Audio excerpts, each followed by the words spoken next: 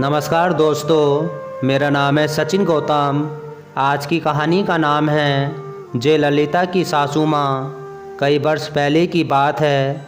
कारापुर जंगल के पास वाले एक गांव में जयललिता रहती थीं। विवाह के पश्चात जब वह ससुराल पहुंची तो सासू माँ ने लपक कर उसे गले से लगा लिया। परंतु कुछ ही दिनों में सासू माँ जान गई कि बहू घर के काम में एकदम अनाड़ी है। अब क्या हो, घर तो चलाना ही था।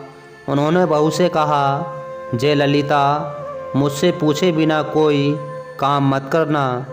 यदि ऐसा किया तो कुल देवता का शाप लगेगा।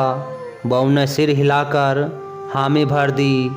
फिर तो बस सारा दिन घर में यही आवाज़ आती, माँ जी कद्दू की सब्ज़ी बना लूँ, आटा कितना पीसना है, भैंस को चारा कब देना है, मैं बाल बांध लूँ, लोटे से पानी पी लूँ आदि। कुछ दिन सब ठीक ठाक चलता रहा। एक दिन मामूली सी बुखार में सासू माँ चल बसी। अब क्या हो सकता था।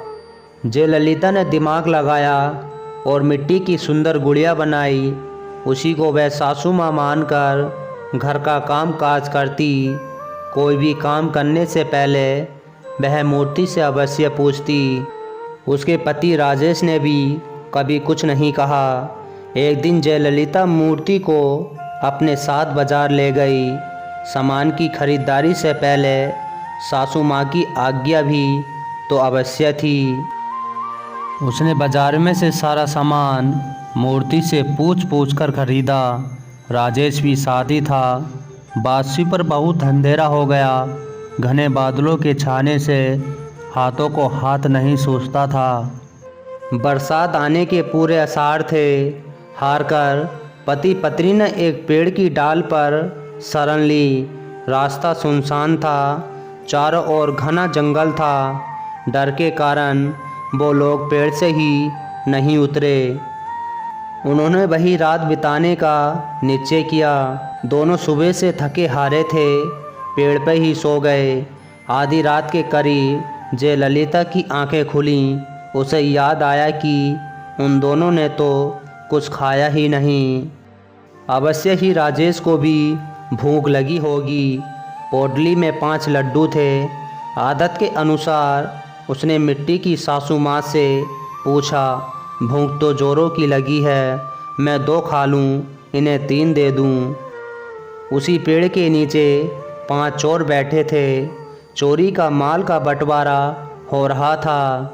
जयललिता की आवाज़ सुनकर उन्होंने सोचा कि नीचे ही कोई चुड़ैल उन्हें खाने की योजना बना रही है। वो सामान उठाकर भागने की तैयारी करने लगे। तभी जयललिता के हाथ से मिट्टी की मूर्ति गिर पड़ी। हड़बड़ाहट में चोरों ने समझा कि चुड़ैल ने उन पर हमला किया है। वो सब सामान छोड़कर 9-2-11 हो गए। जयललिता और राजेश चुपचाप नीचे उतरे और सारा कीमती सामान बांधकर घर लौट आए। मिट्टी की सासू माँ टूट गई थी। राजेश ने पत्नी को समझाया कि शायद अब माँ स्वर्ग में चली गई हैं, उन्हें अधिक कष्ट नहीं देना चाहिए।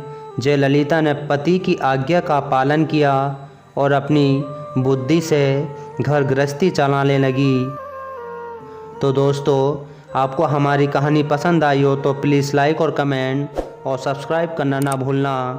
मिलते हैं आपको अगली वीडियो में। जब तक के लिए नमस्कार।